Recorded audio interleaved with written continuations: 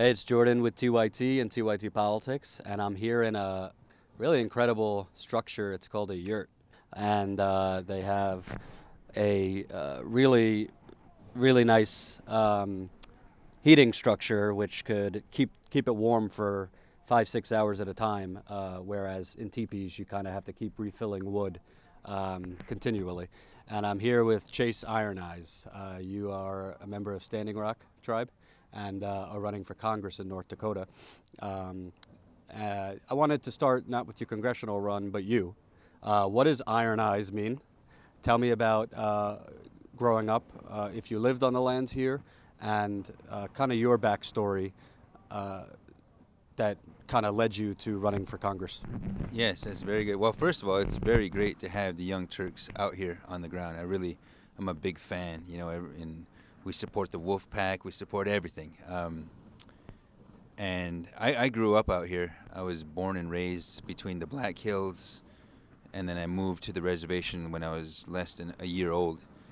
So I grew up out here my whole life, and when you grow up out in the country, you do country things that are connected to the land. So I hunted, I fished, I learned how to use firearms at a very young age. We built our own. Now this is just me and my friends, but we built our own bows and arrows, our own tomahawks, everything. You know what I mean? Because we're self-aware as very young kids. But we also lived on a ranch. One of my friends, his dad owned a ranch, so he raised his own cattle, his own horses, grew his own garden. So we also did like things that you would think of as farm or ranch stuff, like hauling bales or branding calves or checking cows or feeding cows. We did all of that stuff, and it's just kind of the Northern Plains culture, I guess. But growing up on a reservation isn't always the easiest thing. There's a lot of aspects of life out here that are colored by an imposed poverty culture. Ever since our economy was destroyed. I know it's probably longer than a minute explanation, but for viewers that don't know why Sitting Bull and Wounded Knee and all these things ruined your economy, can you kind of explain that? Yeah.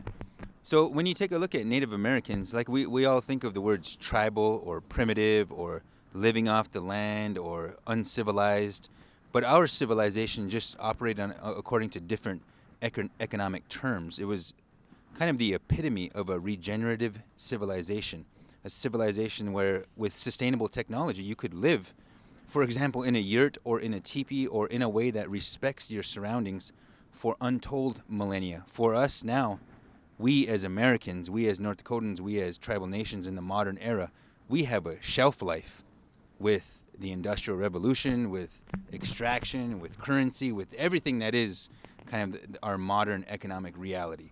But when, so it was, you think of the Great Indian Wars, you think of the Battle of Little Bighorn, you think of when we defeated Custer. Custer left from a fort, you drove right by it where the roadblock's at. That's Custer's old fort right there. And so there's a lot of history, a lot of tradition here. And it's important to understand that because tribal nations, are some of the most materially impoverished places today. But they are also some of the places where there is, an undeniable hope, an unconquerable dignity. Like we're still here. We're Lakota or we're Sioux or we're indigenous or original peoples, and we're still here in 2016. And it's kind of it's a throwback, but we're trying to build, off of what we still have from those times that the history books would have us believe that they were ancient times. But like I said, my grandfather was born in 1900. So before that, we subsisted primarily on the buffalo economy. Just for us, kind of, we were not sedentary people. You know what I mean? The Lakota weren't. At one time we were, but this is in kind of a few hundred years back. But we were definitely a buffalo culture around the time of 1800 to 1900, the time that we had contacts with the New Americans at that time. And for people who don't understand, because you hear a lot, I was here a couple weeks ago and here again, that this is our land it's treaty land. and don't really know the history of how this land, what treaties made this your land, and also how the government has chipped away systematically at that land. Can you kind of explain, the origins of this land, the treaties that governed it as your land, and how over the last over a century now, more than that, government has essentially been chipping it away at that land. You can hold the mic. That's a very. I'll do my best within a couple minutes or whatever. So before the founding of America, before our founding fathers, declared these truths to be self-evident and all that good stuff. Before that, tribal nations lived in and around this whole. We settled this whole continent. The modern interstate highway system is built on our trade routes.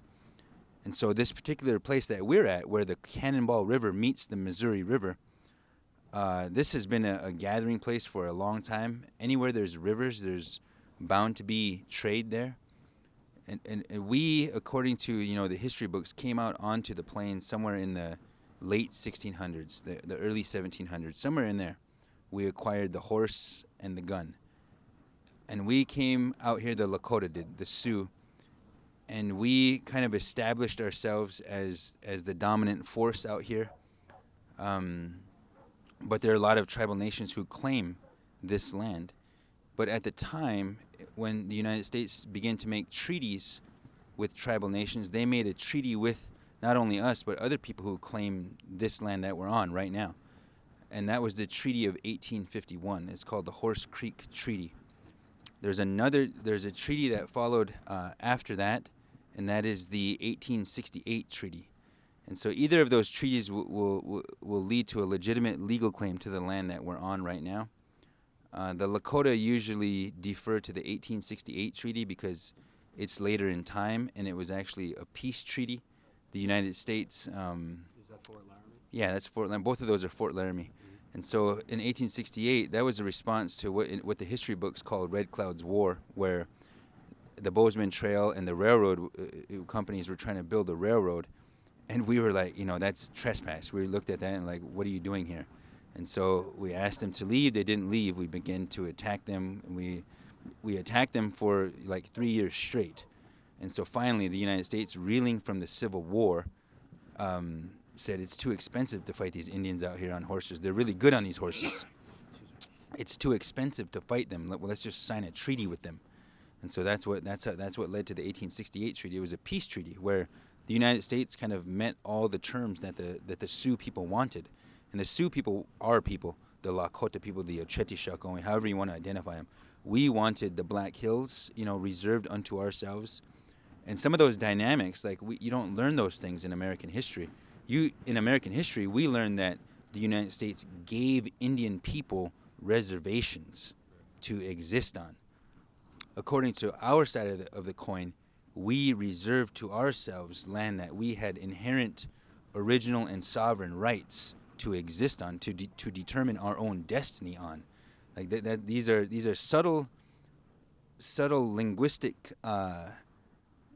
happenings, that frame the way that we think. Because I'm a lawyer.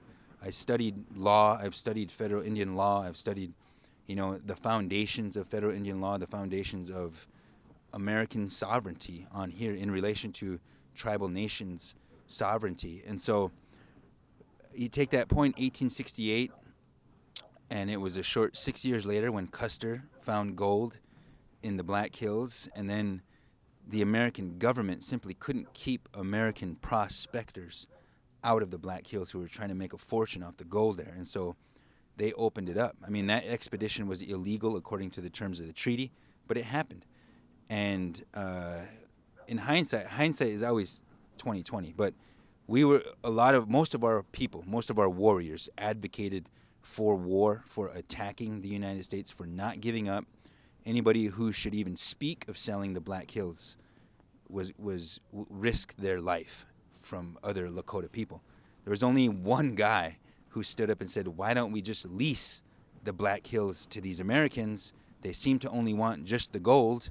Let's let them mine all the gold they want, and we get 50% of the take. And people thought he was crazy. Fast forward 160 years, that guy was a genius. But now we find ourselves in this situation where tribal nations have been imposed upon. They've been oppressed for a long time, legally, politically, economically. Like, there's a real oppression happening here in relation to Native American people. There's no excuse why we should be this poor in 2016, you know what I mean? But Custer led that expedition. The Black Hills were annexed in 1877, unilaterally. They didn't seek our input. They did, but they couldn't obtain it. And this was a period known as the sign or starve period. You either sign and agree to give the Black Hills away, or we're going to withhold all your rations because you're dependent on us for food now because we killed all the buffalo. As a national policy, we killed your entire economy. And that's really what led to the conditions where our greatest warriors had to surrender. Sitting Bull surrendered. Crazy Horse surrendered because they had women and children that they were looking out for. The economy was destroyed, and they attempted to turn us into a nation of beggars, a people, a dependent people. And that's actually a term in federal Indian law, domestic dependent nation. The United States is simply imposing itself over and above any tribal sovereignty, any national sovereignty, national character that we have. 1889, that's the next time that they unilaterally, again, because we couldn't oppose it militarily or otherwise, they created the modern reservations that we know now. They created the boundary where right now we're sitting on the north side of the Indian land boundary of 1889. If you go to the south, that's the Standing Rock Nation. If you go to the right south here, if you cross the Cannonball River to the south, that's Standing Rock. But now that we're north of it right now, as of 1889, we're in Morton County. We're in the state of North Dakota's land right now. Now, this particular land is also impacted by the Flood Control Act of 1944, where the federal government, the Army Corps of Engineers, and the Bureau of Reclamation, the United States, took land up to a certain elevation point because they were going to flood it. They built 7 dams along this river, flooded it, and that's why it's 2 miles wide today, because it's a reservoir. It's a man-made reservoir. So we're sitting on... So they flooded it for water, Yes. to create more water. If you when I read the books about this, they flooded it for flood control because the Missouri is a turbulent water. I mean, it's alive. Water is living. Water is literally life, and it's also living. Like, it jumps its beds. It does its own thing. They flooded it. They built these dams for flood control, for irrigation purposes, to pump water all over the state, and for hydroelectric power. But in that process, we lost a lot of land. All of the tribes did that were along the river. Not only tribes, but non-Indian people across the river also lost land to the Army Corps too. But now we're on that land, and the Army Corps isn't trying to evict the camp because they're saying, people have a right to peaceably assemble and to speak their mind, and they've got constitutional rights to free speech and those kind of rights. And so they're not necessarily going to try to evict the camp. But if they wanted to, they would have to seek the support of Morton County Sheriff's Department, and those guys, they're playing cowboys and Indians right now. You know what I mean? You can tell that when you drove through that roadblock, that's the first time in my life that I've had to go through a military-style checkpoint where I was actually rerouted. Yesterday, I've never seen in my life, for a peaceful demonstration, over 100 police officers at a block, blockading with billy clubs, shotguns, the military-style masks over them. It seems to me that this is a response you'd see in times of war. I think about that, and I'm trying to rationalize what are they really doing, and I think it's because they want some federal funds. They've got to declare an emergency. I've been calling this thing Dalrymple's deficit. Dalrymple is the governor. He declared the emergency. He activated the National Guard, and he's supporting and manning that military-style roadblock. We should mention this is a governor who has lots of shares in oil companies as well. That is correct. He's got shares in, I believe, ExxonMobil. He's direct financial ties to the Bakken oil field. All of these legislators have some form of, if it's not a direct financial tie, big oil is now filling their campaign coffers.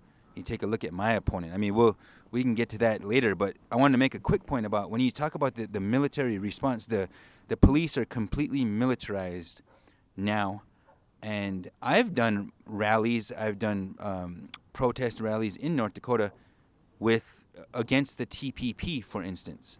That was organized by a bunch of white people, a bunch of Germans, Scandinavians, Russians, Swedes. That's who's out here. Those are the descendants that are the modern-day North Dakotans. They've got their own culture, too. I've learned this on the campaign trail. These aren't white people is not even a real word. These guys all have their own background. But just suffice for convenience, white people organized a rally, a TPP, anti-TPP rally, invited me to speak at it. I went there. There wasn't a single cop there. And there was a couple hundred people right in front of the federal building. Not a single cop. The next was to tell Senator John Hoeven to do his job because he was one of those obstructors who wouldn't listen to Obama's nomination of Garland for the Supreme Court. So we organized another rally to tell him to do his job. Not a single cop there. My first experience with that militarized riot-ready force was when a bunch of young people ran to the state capitol building just to call attention to what was going on here and to show that they are about peace, they are about prayer, and they were met with, I counted 80 riot-ready cops. And so I haven't actually been to the actions or any of those. I mean, I'm running for Congress, obviously, but I've been to some of the early ones where I served as a legal observer, and this was before the militarization. But the land we're on now, the tribes are always seeking. They have unsettled land claims.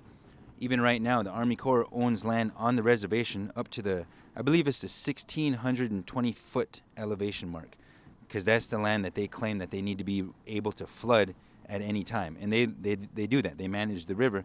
They let the water out when they need barge traffic water down in St. Louis and below there. But other times, the reservoirs are huge in the summer. But what they didn't realize is that they were destroying a lot of riparian habitat, like the land right next to the river, all the ecosystem and everything that relies on that. And our reservation, when I was in law school, actually lost water for 10 full days because of the sediment that had built up over the years from stopping the dams and then releasing them, stopping them and releasing them. Well, that water flows and it collects all the riverbanks. It just eats away erosion, and all that sediment built up on an intake pipe and clogged it up and caused a water crisis in 2004. And so, yeah, that's kind of the background. The tribe was compensated for the taking of that land, that flooding. Standing Rock lost, I think, almost 60,000 acres. The MHA Nation, who is in the heart of the Bakken oil field, they lost like 156,000 acres. And so, the relationship between tribes, states, and the federal government is an ongoing relationship. It's complicated. Those entities are constantly fighting over everything, whether that's jurisdiction over hunting and fishing, who can tax who collects the majority of the oil tax, who collects the tobacco taxes, who gets paid, you know what I mean? But then there's also a lot of commercial interaction. You see the casino. I mean, I remember what it was like when there was no casino here. And you could go from here to Bismarck and pass maybe one or two cars. Now there's constant traffic on this road, and even this camp has brought economic development to North Dakota. But they'll never admit that. But it's going to be a struggle. But we're trying to build for the winter.